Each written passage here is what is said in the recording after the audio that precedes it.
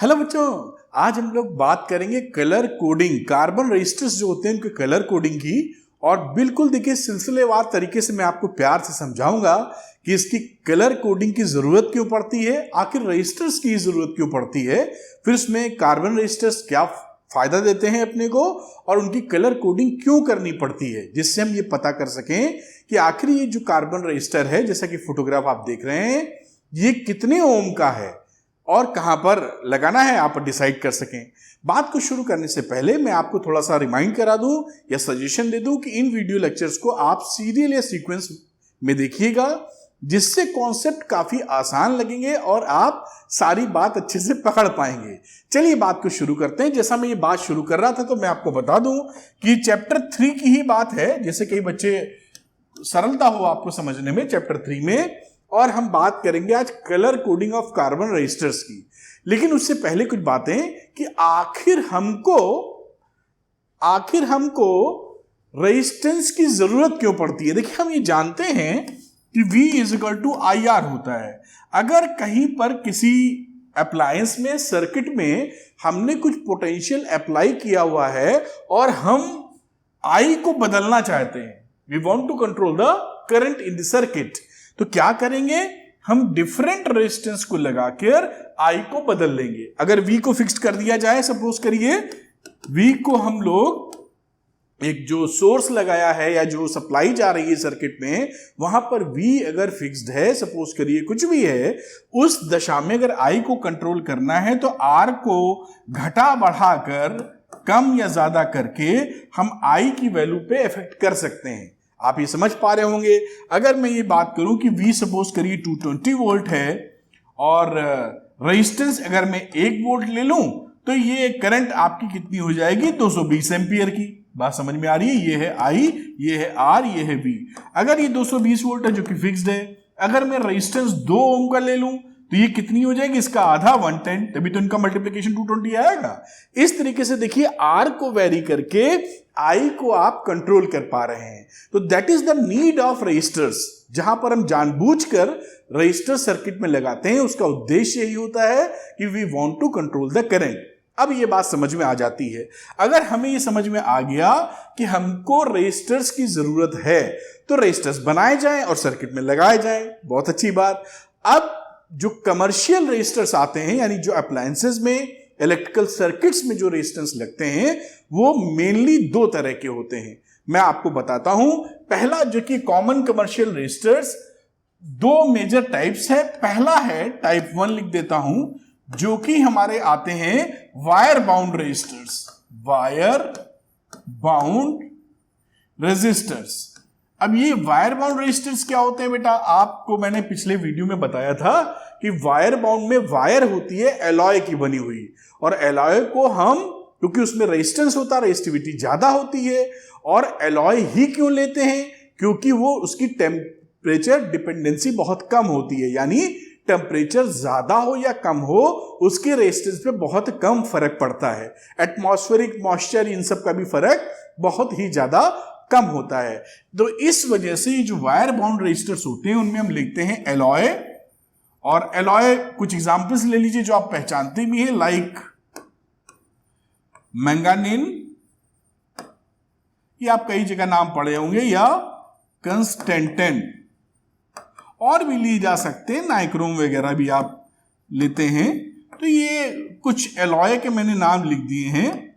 Insulating base के ऊपर इन alloys को, मतलब ऐसे इंसुलेटिंग बेस लिया और इस पे तार लपेटना हम शुरू कर देते हैं। तार कैसा, एलॉय का। और उस तरह से जितना रिक्वायरमेंट होता है, एक समझाने के लिए मोटे तौर पे मैं आपको बता रहा हूं, मान लीजिए सिलेंडर है, इस पे हमने ऐसे ऐसे तार लपेटना शुरू कर दिया, तो तार लपेटते जाएंगे, और क्योंकि रेजिस्टेंस तो लेंथ पर वेरी करता है, आपने फॉर्मूला पढ़ा हुआ है L/A। अगर आप लेंथ को वेरी कर रहे हैं तो रेजिस्टेंस बदल जाएगा। तो लेंथ को बदलकर रिक्वायर्ड रेजिस्टेंस जो आप बनाना चाहते हैं वो बना लेते हैं। अब यहीं पर इसकी जो खूबसूरती है, यहीं पर प्रॉब्लम भी है कि मान लीजिए ज्यादा ओम का रेजिस्टेंस चाहिए आपको, तो लेंथ बड़ी लंबी लेनी पड़ेगी, और लंबी लेंथ लेंगे तो कितनी बार इंसुलेटिंग, ये क्या है, ये इंसुलेटिंग बेस है। इंसुलेटिंग बेस, इंसुलेटिंग बेस समझते ही हैं, इंसुलेशन है जिससे अलग अलग रहे ये सब कार्यक्रम। तो लेंथ ज्यादा होने की वजह से, ज्यादा ओम का अगर बनाना है, लेंथ ज्यादा होने की वजह से ये इनकन्वीनियंट हो जाते हैं। तो थोड़ा मैं इसको आगे बढ़ाता हूं यहां और लिख देता हूं ड्यू टू, अगर आपको ज्यादा चाहिए तो इनकन्वीनियंट हो जाएगा अगर लेंथ ज्यादा होती है। फॉर लार्ज लेंथ्स, मैं कीवर्ड्स लिख दे रहा हूं जिससे आप पकड़ सकें। ये काफी इनकन्वीनियंट होगा लार्ज लेंथ्स के लिए। लंबी तार का अगर लेंथ हो गया तो मुश्किल आ जाएगी। इन मुश्किलों की वजह से एक दूसरे टाइप, तो टाइप 1 था, एक टाइप 2 भी रजिस्टर्स होते हैं जिनको बोलते हैं कार्बन रजिस्टर्स। अब कार्बन रजिस्टर्स क्या होते हैं उनके बारे में थोड़ा समझ लेते हैं। फोटो देखिए मैंने दिखाई थी, ये है कार्बन रजिस्टर्स। कैसे बनते हैं अभी मैं बताता हूं और क्या फायदा घाटा होता है। तो दूसरी बात करते हैं टाइप 2, रेड कलर लेता हूं, टाइप 2। ये कैसे रजिस्टर्स की बात कर रहे हैं हम लोग? Carbon resistors. अभी कार्बन रजिस्टर्स कैसे बनते हैं बेटा? हम लोग क्या करते हैं, कार्बन ब्लैक यानी जो कार्बन होती है उसमें क्ले को मिला लेते हैं और रेजिन बाइंडर यूज करते हैं। रेजिन समझ लीजिए आप, रेजिन पहचानते होंगे, पेड़ों वेड़ों से भी निकलता, बहुत तरह के रेजिन्स आते हैं। घर में कभी लोग हवा नमन सामग्री में भी यूज करते हैं, जो खुशबू बड़ी अच्छी आती है। मैं नाम मिस कर रहा हूं एकदम दिमाग में, मैं खुद भी कभी कभी ऑफिस में जला लेता हूं, बड़ा अच्छा लगता है अपने को। तो रेजिन्स होते हैं, वो उनमें से थोड़ा सा चिपचिपापन रहता है, उसको भी जलाइए तो कई रेजिन्स होते हैं जो खुशबूदार होते हैं। तो ये रेजिन्स बाइंडर जो कि जिसमें चिपकाने की भी प्रॉपर्टी होती है, कार्बन ब्लैक, क्ले मतलब क्या हो गया, चिकनी मिट्टी समझ लीजिए। तो कार्बन ब्लैक, क्ले और रेजिन बाइंडर को आपस में खूब मिक्स कर लेते हैं, गूंथ लेते हैं, जैसे आटा गूंथा जाता है समझ लीजिए, खूब मिक्सिंग कर लेते हैं बढ़िया तरीके से। और करने के बाद प्रेस करके उसको सिलिंड्रिकल फॉर्म में बना लेते हैं। इसको क्या, तीनों को खूब मिला लिया और मिलाने के बाद खूब प्रेस करके क्या करते हैं, एक सिलिंड्रिकल फॉर्म में बना लेते हैं। अब ये तैयार हो गया। अब इसको, ये अपनी जगह पर बना रहे इसलिए इसको क्या करते हैं, किसी जैकेट में डाल देते हैं। मतलब इसके ऊपर आप कोई प्लास्टिक की परत चढ़ा सकते हैं, या जो जिसके कप सिरामिक या प्लास्टिक का इसके ऊपर खोल चढ़ा सकते हैं। लिखना चाहिए तो सिरामिक लिख दूं और प्लास्टिक, इंग्लिश में खोल को जैकेट लिख देंगे समझ लीजिए। तो जो खोल होता है इसके ऊपर ये, जैसे कि ये फोटो में दिखाऊं, ये जैकेट चढ़ा हुआ है इसके ऊपर, है ना। तो सिरामिक के आपने चाय वाय के कप आते हैं, पिया होगा कभी न कभी चाय कॉफी। तो सिरामिक या प्लास्टिक का जैकेट इसके ऊपर चढ़ा देते हैं, बस ये बढ़िया तरीके से सेट हो जाता है। तार तो निकला ही होता है इसमें से, और ये बनके तैयार हो जाता है। अब इसका फायदा क्या है? बन के तो तैयार हो गया, फायदा क्या है कि सबसे बड़ा फायदा कि इसको हम लोग बहुत ही कम ओम से, बहुत ही लो रेंज से वेरी हाई रेंज तक हम रेजिस्टेंस को बना सकते हैं। लो रेंज से हाई रेंज तक इसको बनाया जा सकता है। लो रेंज की वैल्यू क्या हो गई, फ्यू ओम्स। जैसे मैं आपको समझाने के लिए यहां लिखना चाहूं तो लिख दूं फ्यू ओम्स, कुछ ओम से लेकर मिलियन ऑफ ओम्स तक रेजिस्टेंस डेवलप किया जा सकता है इससे। तो हमारे पास एक तो रेंज बहुत हो गई, बहुत छोटा रेजिस्टेंस चाहिए। छोटा का मतलब साइज में छोटा नहीं, रेजिस्टेंस के माने में छोटा, है ना। छोटे तो होते ही हैं ये, रेजिस्टेंस के माने में छोटा, तो वो बना सकते हैं। और ज्यादा रेजिस्टेंस का बनाना है तो भी बना सकते हैं, कोई परेशानी इसमें होती नहीं। दूसरा, ये सस्ते बहुत होते हैं, तो ये काफी छोटे और चीप एंड कॉम्पैक्ट लिख देना चाहिए। तो काफी ये चीप का मतलब सस्ते होते हैं, कॉम्पैक्ट मतलब साइज काफी छोटा होता है और जल्दी खराब भी नहीं होते। अब इसी अच्छाई में इसकी कुछ अजीब सी प्रॉब्लम्स भी हैं जिसको दूर करने की बात की जाती है।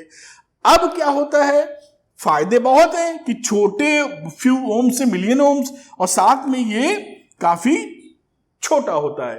अब अगर ये छोटा होता है, चुन्नी सा होता है, तो उस पे इतने सारे जो रेजिस्टेंस बना रहे हैं उसका रेजिस्टेंस अगर छाप दें 4.25 इंटू 10 की पावर कुछ भी 10, 9 प्लस माइनस 20%, तो पढ़ने में बड़ी तकलीफ हो जाएगी बेटा। फिर लेंस लेके देखना पड़ेगा। अब जहां पर ये लग रहा है वहां पर एकदम सुपर लेंस लेके बार बार देखें माइक्रोस्कोप से, तब लगा पाए। इट इज डिफिकल्ट क्योंकि ये छोटा है और वैल्यू छापनी है इसके ऊपर। तो क्या करते हैं इससे बचने के लिए, देखिए फोटो में इसके बाद है, इसके पहले है। अभी चलिए इसी फोटो को ले लेते हैं। यहां पर इस तरह की कलर कोडिंग करते हैं, that is the need of colour coding. ये कलर कोडिंग बहुत तरीके से किए जाती हैं, लेकिन हमारे 12th क्लास या जेई और नीट के लिए 4 बैंड कलर कोडिंग पकड़नी चाहिए हमको, जो एनसीईआरटी में भी दी है वही पूछी जाती है। 4 बैंड का मतलब 4 कलर यूज किए जाते हैं। ये देखिए ब्राउन है, ग्रीन है, रेड है और ये गोल्डन है। अब इसका मतलब समझेंगे हम लोग, बात पकड़ में आ रही है ना। अब ये इतना बड़ा हमने फोटो किया है कि आप आसानी से देख पाइए। अगर ये असल में लेने जाएंगे तो आप देखिए बहुत छोटे छोटे होते हैं, इस पर टाइप कर दें या छाप दें resistance, then it is very difficult for us to demark that, to read that, कि हम पढ़ पाए आसानी से। ये उसका वजह है, ये इसका रीजन है कि आखिर हम कलर कोडिंग क्यों करते हैं। देखिए पढ़ने में मजा तभी आएगा जब आप उसके रीजन जानेंगे फिजिक्स में, और आनंद का अनुभव होगा और बहुत सरल लगेगा, एकदम सरल लगेगा। और सीधे की कलर कोडिंग होती है, ऐसे करते हैं, अरे ऐसे करते हैं तो क्यों कर रहे हैं, कुछ वजह तो हो सकती है, होगी। तो ये वजह है, आप समझ गए, बड़ी सुंदर बात। अब हम जब ये समझ गए कि कलर कोडिंग होनी है, तो कलर कोडिंग की कोई हमारे पास तरीका होना चाहिए, वो तरीका मैं समझाता हूं। फिर अगली स्लाइड पर उसका एक चार्ट है, क्योंकि उसमें कलर कोडिंग में थोड़ी लंबी चौड़ाई होती है, किस कलर का क्या मतलब है। खैर यहां पर देखिए 4 कलर हैं। जो पहला कलर है, जैसे कि यहां पर ब्राउन दिख रहा है, मैं यही बनाता हूं। इस पहला कलर हमको क्या देगा, first significant figure, first significant. अभी बिल्कुल बताऊंगा कैसे निकालना है, निकाल के भी दिखाऊंगा जैसे आपको सरल लगे। ये दूसरे नंबर का कलर क्या देगा हमको, second significant figure, second significant figure. आप सुन लीजिए, अभी मैं 1 सेकंड के अंदर इसको कैलकुलेट करके दिखाने वाला हूं, तो और ज्यादा सरल रहेगा। और ये तीसरा क्या होता है, डेसिमल मल्टीप्लायर, डेसिमल मल्टीप्लायर। अच्छा, यहां पे जो फर्स्ट सिस्टम लिखा है ना, ये 2 सिस्टम फॉलो किए जाते हैं। पहले सिस्टम की बात कर रहे हैं, एक सिस्टम ऐसा ही और है, बस उसकी बनावट थोड़ी इससे अलग होती है, वो भी डिस्कस कर लेंगे 1 मिनट के अंदर। ये हो गया डेसिमल मल्टीप्लायर। और ये जो चौथा कलर है जो गोल्ड दिख रहा है, ये हो जाता है टॉलरेंस। इन 4 कलर से इसकी कहानी की जाती है। अब देखिए, अब इस कलर की कोडिंग का मतलब क्या है, मेरे ख्याल से हम लोग अगली स्लाइड पे चलें। ये देखिए चार्ट है, और इस चार्ट में मैं आपको बताता हूं कि इसका अगर रेजिस्टेंस निकालना है तो इस चार्ट की मदद से कैसे निकालेंगे। ये कलर कोड फॉर रेजिस्टर्स, ये कलर लिखे हुए हैं, देखिए पहले कॉलम में, थोड़ा छोटा है, शायद बहुत आसानी से ना दिख रहा हो, एनसीईआरटी का ही चार्ट है ये। Black, brown, red, orange, yellow, green, blue, violet, grey, white, और उसके बाद गोल्ड, सिल्वर, नो कलर। पहला कॉलम है नाम वाला हो गया, दूसरा कह लीजिए नंबर, 0 से लेके 9 तक लाइन से लिख दिए जाएंगे। इसका सीक्वेंस इंपॉर्टेंट है, इसको याद कैसे रखते हैं वो भी मैं निमोनिक बताता हूं, बहुत ही फेमस है, सब जानते हैं, आप भी जान लेंगे। और फिर गोल्ड, सिल्वर, नो कलर। फिर ये मल्टीप्लायर जो वहां लिखा था तीसरे नंबर वाला, ये मल्टीप्लायर हो गया।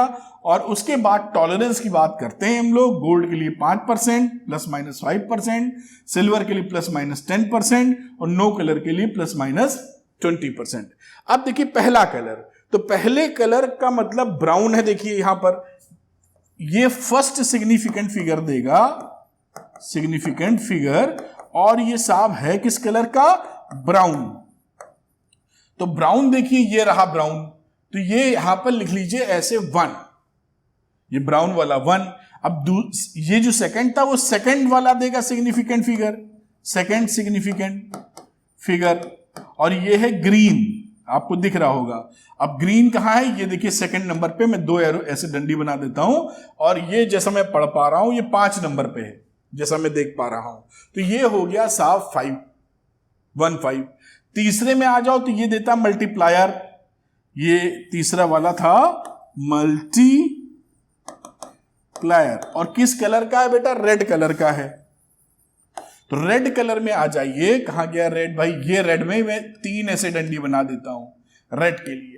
तो रेड में मल्टीप्लायर ये ढूंढेंगे 10 की पावर 2, तो इंटू 10 की पावर 2, इस तरह से मल्टीप्लायर। और चौथा वाला गोल्ड है, ये टॉलरेंस देता है, टॉलरेंस देता है, जो कि इस वाले डायग्राम में गोल्ड है। तो गोल्ड वाला ये देखिए पड़ा हुआ है, और मल्टीप्लाई इसका 5% हो गया, तो इसको लिखोगे ±5%, और ये रहा ओम, या ओम का सिंबल लिख दीजिए, ओम। ये इसका रेजिस्टेंस हो गया। देखिए टॉलरेंस का मतलब है ये 5% ज्यादा या 5% कम पे ये वैल्यू दे देगा। जैसे मान लीजिए किसी को बताना है 105% टॉलरेंस, तो 5% टॉलरेंस मतलब 95% भी हो सकता है और 105 भी हो सकता है। 5 कम 5 ज्यादा प्लस माइनस लिख रहे हैं, ये टॉलरेंस का इसका मतलब है। क्योंकि एग्जैक्ट तो एकदम नहीं नाप के बना पा रहे हैं यहां पर, तो अगर कुछ बता रहे हैं तो 5% ऊपर नीचे हो सकता है, और दूसरा हो तो 10%, और तीसरा कोई कलर ना हो तो 20%। इस तरह से चीजें लिखी जाती हैं। मेरे ख्याल से आप बात अंदाजा ले पा रहे होंगे कैसे निकाला। अभी मैं और एग्जाम्पल 1-2 लेता हूं जिससे और आसानी से आप उसको समझ सकें। ठीक है, अब इस चार्ट, ये चार्ट सामने था मैंने कर दिया, अब इस चार्ट को याद कैसे रखेंगे? तो इसके लिए एक न्यूमोनिक बना दिया गया है, और वो निमोनिक मैं लिखना चाहूंगा, यहां यहीं लिख देता हूं। उसको बड़ा ही सरल तरीके से, फेमस तरीके से बोलते हैं बीबी रॉय ऑफ ग्रेट ब्रिटेन। मैं खड़े में लिख देता हूं शायद, या ऐसे लिख देता हूं, पढ़ने में आसानी आएगी। बी रॉय, ये नाम है किसी बंदे का, बीबी रॉय ऑफ, मैं थोड़ी जगह यहां दे रहा हूं ना, यहां सीधे लिख देता तो ज्यादा अच्छा रहता, लेकिन of Great Britain, great Britain had very good wife. अब देखिए यहां पर आप बी की बात करेंगे तो बीबी रॉय ऑफ ग्रेट ब्रिटेन, तो ये हो गया ब्लैक पहला वाला, फिर हो गया ब्राउन, फिर हो गया देखिए रेड। याद रखने का तरीका सीक्वेंस, ब्लैक ब्राउन रेड, फिर O for orange, Y for yellow, और फिर जी फॉर ग्रीन। मैं कलर बदलता हूं, जी का मतलब हो गया ग्रीन, और ये फिर से बी आया जिसे आप लिखेंगे ब्लू। ये देखिए ग्रीन के बाद ब्लू, फिर वॉयलेट, ये हैड का मतलब कुछ नहीं, वी फॉर वॉयलेट, वॉयलेट के बाद ग्रे है, जी फॉर ग्रे, ये देखिए, और डब्ल्यू फॉर वाइट। और उसके बाद गोल्ड सिल्वर सोना चांदी सबको याद रहता है, तो वो पकड़ के रखिएगा, गोल्ड सिल्वर नो कलर, उतना तो याद ही रहता है। तो ये न्यूमोनिक है, सीक्वेंस को याद करने का तरीका एक बार फिर से, BB Roy of Great Britain had very good wife. ये कोई न्यूमोनिक मैंने नहीं बनाया, हर जगह है, हर बुक में छपा हुआ है, बहुत आसान है, आप इसको जरूर पकड़ें। क्या करेगा ये न्यूमोनिक? इस चार्ट के सीक्वेंस को याद रखने में आपकी मदद करेगा। 2-4 बार आप उसको लगाएंगे, रिदम पकड़ेंगे, और बिल्कुल सरल सा एक सेंटेंस है, BB Roy of Great Britain had very good wife. बिल्कुल सरल सी बात है। और आगे की नंबरिंग दे देंगे, इस वाले को 0, 1, 2, 3, 4, इसी तरीके से 5, 6, 7, 8, और ये रहा 9। ये देखिए नंबरिंग लिखी हुई है, ये चार्ट आपका बनके शुरू हो गया। और इसी में मल्टीप्लायर की बात करें तो ये 1 से स्टार्ट हो जाता है, 10 की पावर 0 समझ लो आप, तो ये 1 ही आएगा। इसको समझ लो 10 की पावर 0, तो आ गई वैल्यू 1, और फिर 10 की पावर, मतलब जितना लिखा है 10 की पावर रेस करते चले जाओ। और गोल्ड सिल्वर के लिए ध्यान रखिएगा, जो मल्टीप्लायर है 10 की पावर -1 है, सिल्वर के लिए 10 की पावर -2 है, और टॉलरेंस 5, 10, 20%, बात खत्म हो जाती है। तो ये चार्ट आप तैयारी कर सकते हैं और अच्छे से निकाल सकते हैं। इंपॉर्टेंट है, कलर कोडिंग एग्जामिनेशन में पूछते हैं, नीट में तो बिल्कुल आ सकता है, और आप इसको परफॉर्म कर सकते हैं। खैर, इस बात को हम लोग समझ गए हैं, आगे चलते हैं और एक एग्जाम्पल और लेते हैं। इसकी भी एग्जाम्पल की मदद से हम रेजिस्टेंस को लिखना चाहेंगे। तो ये 4 कलर हैं, इसमें रेड रेड रेड और सिल्वर लिखा हुआ है, सब में 3 तो रेड लिखे हुए हैं। तो 3 रेड लिखने का मतलब क्या है? पहला रेड देखिए, ये रेड है, रेड में सिग्निफिकेंट फिगर 2 है, तो पहली सिग्निफिकेंट 2, फिर से रेड हो गया, दूसरी सिग्निफिकेंट फिर 2, तीसरा भी रेड हो गया, मल्टीप्लायर में आ जाओ, रेड में 10 की पावर 2, फिर सिल्वर, तो सिल्वर का कितना होता है? 10%, तो ये इतना ओम आया, चाहे यहां ओम लिख दीजिए आप, और आ गया ±10%, ये इसका आंसर हो गया। तो अगर आपसे पूछे तो इस तरीके से आप आंसर लिख सकते हैं। समझ पाए होंगे, ये पहले के लिए था, ये दूसरे के लिए, ये तीसरे के लिए, चौथे के लिए जो बात की थी, जो समझाया था मैंने। तो पहला सिग्निफिकेंट, दूसरा सिग्निफिकेंट, फिर ये मल्टीप्लायर, फिर ये टॉलरेंस, और ये टॉलरेंस वाला चौथा वाला टॉलरेंस का ही हो गया। इस तरीके से इसकी वैल्यू निकाल सकते हैं। मेरे ख्याल से आप पकड़ पाए होंगे। वीडियो पॉज करके थोड़े ठंडे दिमाग से जरूर देख लीजिए। आगे बात करते हैं, एक और एग्जांपल करते हैं जिससे और क्लैरिटी मिले। मेरे ख्याल से ये आपको दिख पा रहा होगा, कट तो नहीं रहा, नहीं कट रहा। तो येलो, वायलेट, ब्राउन, गोल्ड। अब येलो की बात करो तो वही बीबी रॉय ऑफ ग्रेट ब्रिटेन पढ़ लेना, और ये रहा येलो की कहानी। तो येलो के आगे लिखा हुआ है 4, तो ये येलो पहला है, तो पहला हो गया 4, 4।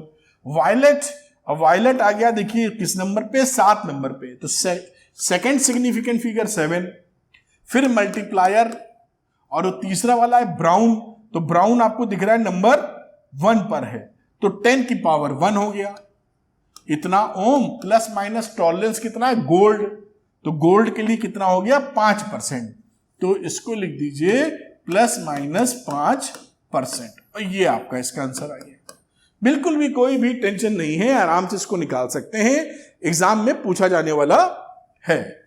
आगे बात करते हैं, फिर एक एग्जांपल लेते हैं। अब इसमें चार्ट नहीं है तो चार्ट पीछे से मदद लेंगे।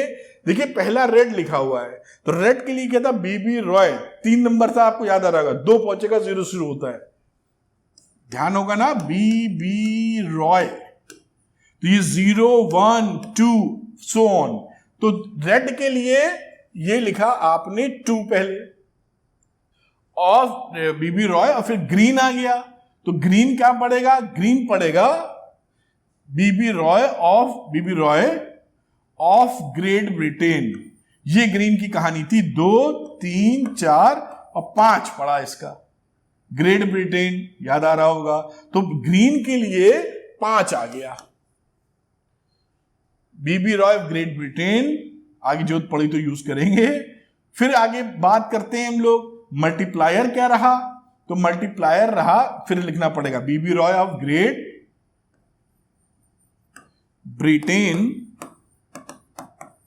और इसी ब्रिटेन में ये था ब्लू, B4 था ब्लू, जो कि 5 के बाद इसकी वैल्यू हो जाएगी 6, तो इसका मल्टीप्लायर हो गया 10 की पावर 6, प्लस माइनस ये ओम लिख दीजिए यहां पर, या इसके बाद भी लिख सकते हैं, कोई दिक्कत नहीं है, प्लस माइनस लास्ट वाला है गोल्ड, तो गोल्ड के लिए कितना टॉलरेंस था? 5%, सिल्वर के लिए 10%, कोई कलर नहीं तो 20%, तो यहां लिख दिया 5%, और ये आपका आंसर आ चुका है। तो आप ऐसे भी लिख सकते हैं आंसर, या 25 इंटू 10 की पावर 6 प्लस माइनस 5% ओम, ऐसे भी लिख सकते हैं।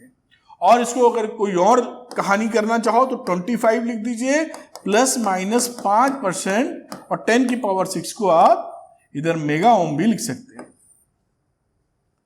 ठीक, इस तरह से इसका आंसर दिया जा सकता है। मेरे ख्याल से आप बात ये पकड़ पाए होंगे। चलिए, ये रहा पहले सिस्टम की बात। अब इसी में बहुत ही सरल होता है, लेकिन एग्जाम में पूछा जाता है, और बस BB Roy of Great Britain had very good wife, और बाकी सोना चांदी। खैर, सेकंड सिस्टम की बात करते हैं।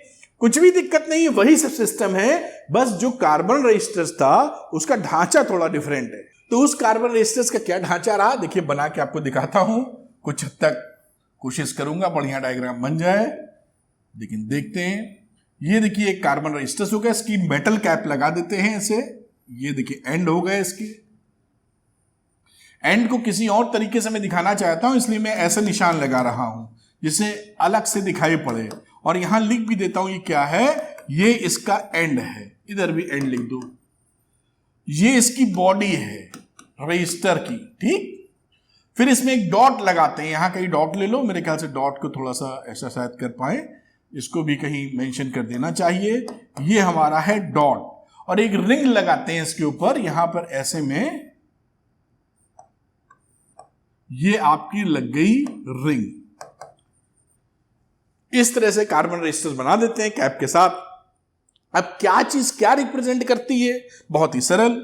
सबसे पहली कहानी शुरू होती है इसकी बॉडी से, तो बॉडी देता है first significant figure. Significant figure वो जैसे पीछे बताया था वही मतलब है, चार्ट वही है।